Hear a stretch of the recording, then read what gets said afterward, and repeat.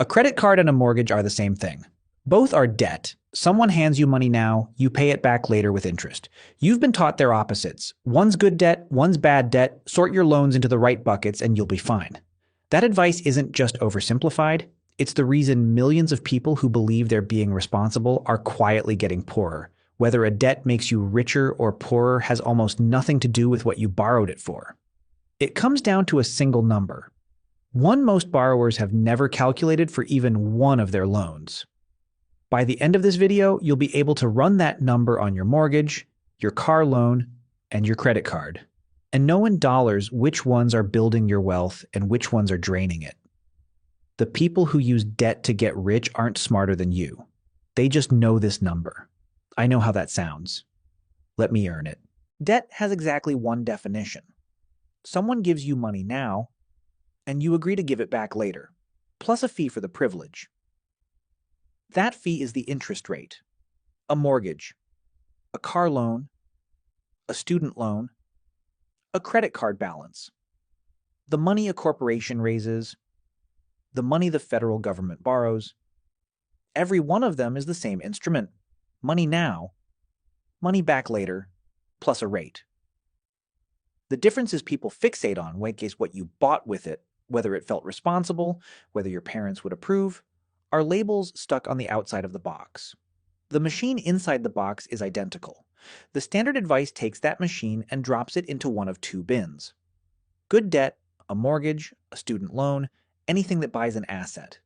Bad debt, a credit card, a payday loan, anything that buys a depreciating thing or a good time. It is the most repeated idea in personal finance, and it is wrong often enough to be dangerous. It is wrong because it sorts debt by what you bought, when the thing that actually determines whether a debt builds your wealth or drains it is something the purchase never touches. Here is the rule the entire video runs on. A debt makes you poorer or richer based on a single comparison: the interest rate on the debt against the return you could earn on that same money somewhere else. That is the whole thing. Not what you bought, not whether it felt responsible. The rate against the alternative. Look at it the way the lender does, just flipped around. When you carry a debt at a given rate, you are effectively guaranteeing yourself a loss at that rate. A balance at 20% is a guaranteed 20% drain every year until it's gone. So ask the only question that matters. Could that same money have reliably earned more than 20% somewhere else? Almost never. So the debt drains you. Now flip it.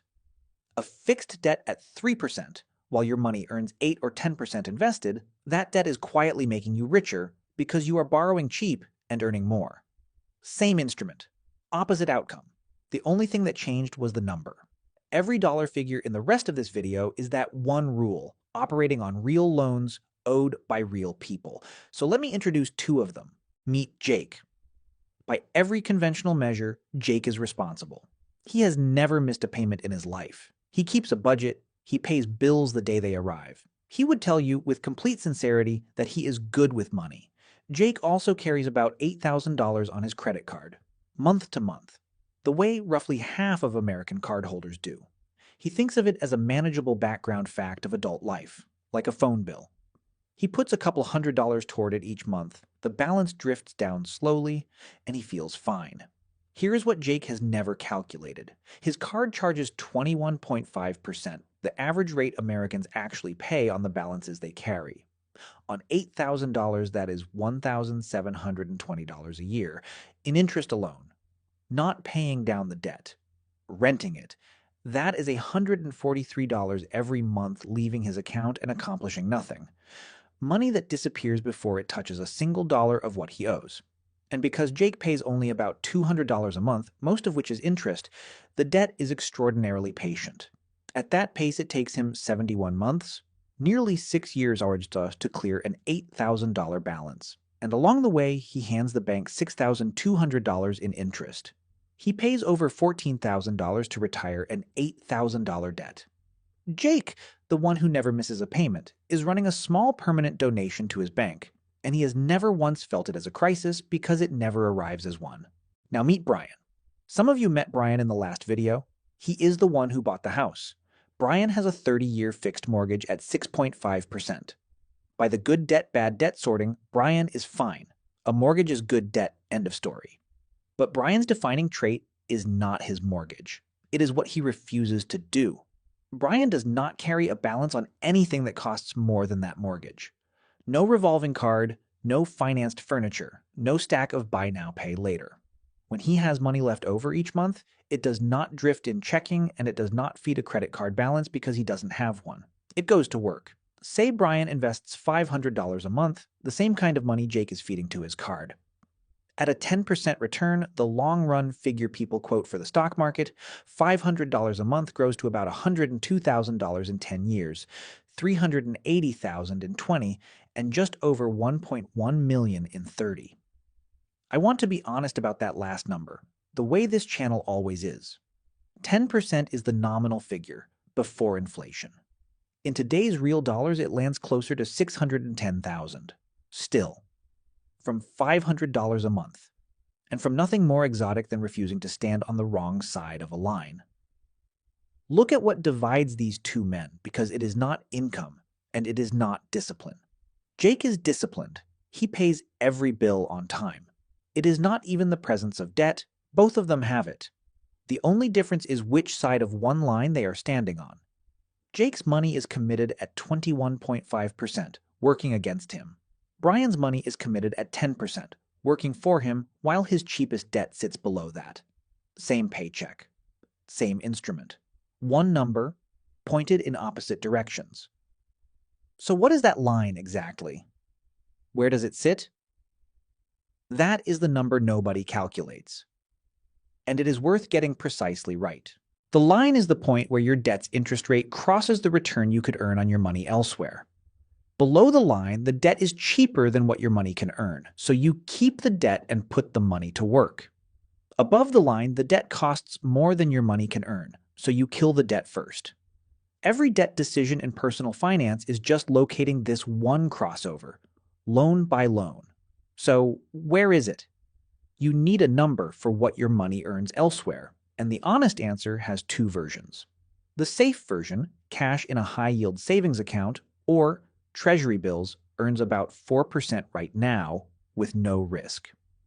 The ambitious version, money in the stock market, has returned about 10% a year over the long run. But that return is neither guaranteed nor smooth. Put them together, and a practical line appears. Above roughly 8%, a debt almost certainly costs more than you could reliably earn anywhere, so you attack it. Below roughly 6%, especially when the rate is fixed, you are usually better off keeping the debt and investing the difference. Between 6 and 8% is a genuine gray zone, where the answer turns on your taxes, your risk tolerance, and whether the rate can climb on you. One detail makes the line sharper than it first appears. Paying off a debt is not just a return, it is a guaranteed, tax-free return. When you invest and earn 10%, the government takes a cut of the gain. When you erase a 20% debt, you keep the entire 20%, and no tax touches it. Because you are not earning income, you are removing an expense.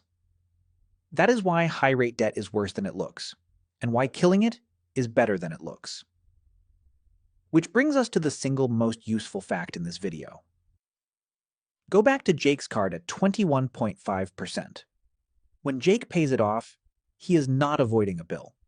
He is earning a return, a guaranteed, tax-free 21.5%. Now hold that against every investment he has ever been pitched. The stock market's celebrated long-run return is about 10%, and it is risky, and it is taxed. The best savings account on earth pays him about 4%. There is no legal investment available to a normal person that reliably pays 21.5%, tax-free, at zero risk. And yet it was sitting in Jake's own mailbox the whole time, disguised as a bill. Paying off that card beats the expected return of the stock market by more than 11 percentage points a year, guaranteed. The highest returning, lowest risk investment most people will ever have access to is the high interest debt they already owe. This is where the good debt, bad debt sorting falls apart completely. It would have told Jake exactly what it tells everyone. Credit card bad, pay it down eventually. without ever revealing that paying it down was the single best investment of his life. And it is also, strangely, where the very rich walk into the story. You have probably heard that the wealthy use debt to get richer, that they borrow instead of selling, that there is some trick the rest of us are locked out of. There is a version of this that is pure fantasy, sold by people who want to put you in a course. And there is a version that is completely real. And the real one is just the rule from this video. Run at scale. The real version has a name. Buy, borrow, die. The idea is plain. The wealthy buy assets that appreciate, stocks, real estate, whole companies. They hold them so the gains are never sold and never taxed. And when they need cash, they don't sell the asset and pay the tax. They borrow against it at a low rate and let the asset keep growing. They are borrowing cheap and earning more, the left side of our line, using debt on purpose because the math runs in their favor.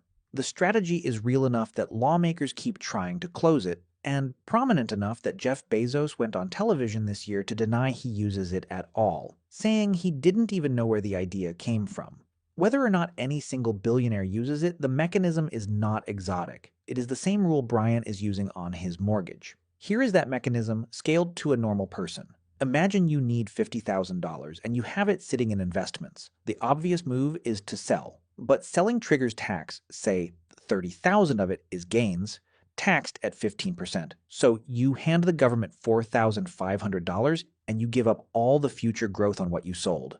Now, the other move, borrow the $50,000 against the portfolio at around 7% and leave the investments alone to keep compounding at 10.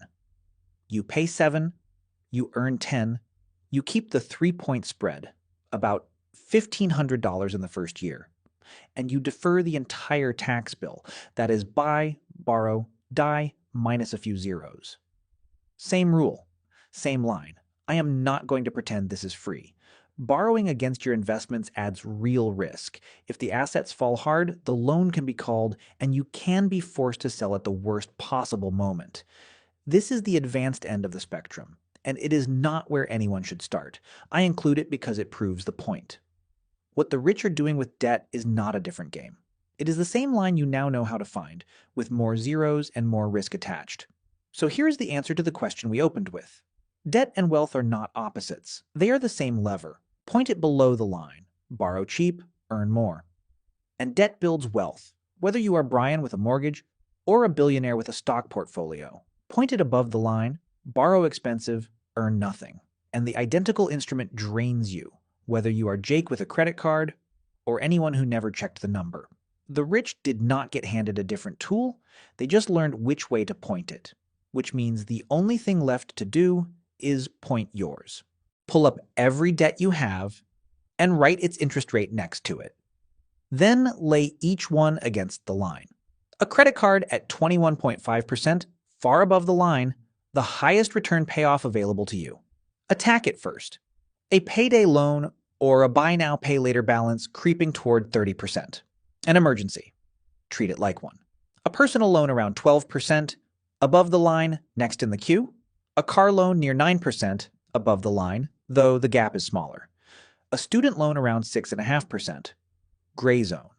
Keep paying it on schedule and invest alongside it. A fixed mortgage at 6.5%. Gray zone. Leaning toward keep, the same call Brian made, and an honest one, because paying it down is a guaranteed 6.5% while investing the difference is only a probable 10 that could disappoint. The mortgage is not a slam dunk in either direction, and anyone who tells you it obviously is hasn't run the number. Notice what this does. It throws out the good debt, bad debt bins entirely and replaces them with a single ranked list, ordered by rate, highest first. You attack from the top until you drop below the line, then you stop attacking and start investing. One exception is worth naming. If your employer matches retirement contributions, capture that match before anything else, because a 50% match is a 50% instant return that beats even the credit card. After that, the line decides. The identical logic quietly runs on the asset side, too. Keep cash in a typical big bank savings account, paying the national average of 0.38%, and $50,000 earns you $190 a year. The same 50,000 in a high-yield account at 4% earns 2,000 more than 10 times as much for identical safety, both insured.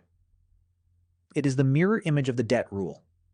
The same money, the same risk, a wildly different rate, and the only variable is whether you bothered to check. Step back and look at what this is worth across a lifetime. Brian and Jake earn the same paycheck. Brian invested his surplus from the start. Jake spent nearly 6 years clearing a card before he could begin. That head start, simply being on the right side of the line first, is worth about $174,000 between them over 30 years. Not from earning more, from pointing the same lever the right way sooner. Debt is not good or bad. It is a rate measured against an alternative, and that comparison is something you can run on every loan you own in about the time it takes to read the rate off a statement. The people who use debt to build wealth are not working a secret. They checked a number you can check too. Now you know which number and which way it points. If you want to run the line on your own debts, your actual balances, your actual rates, your real expected return, I built a tool that does it. You enter each loan and it shows you, in dollars, which side of the line every one of them is on, which to attack first, and what carrying each one is costing you against what that money could be earning instead. It is part of the Wealth Logician's calculator vault alongside every other tool we've built for the channel. Becoming a member gets you the whole vault and a community of people who are actually running their own numbers instead of guessing. If that sounds useful, the link is in the description. Hit like if this changed how you see a loan, subscribe if you want to do the math on the next one, and I'll see you in the next video.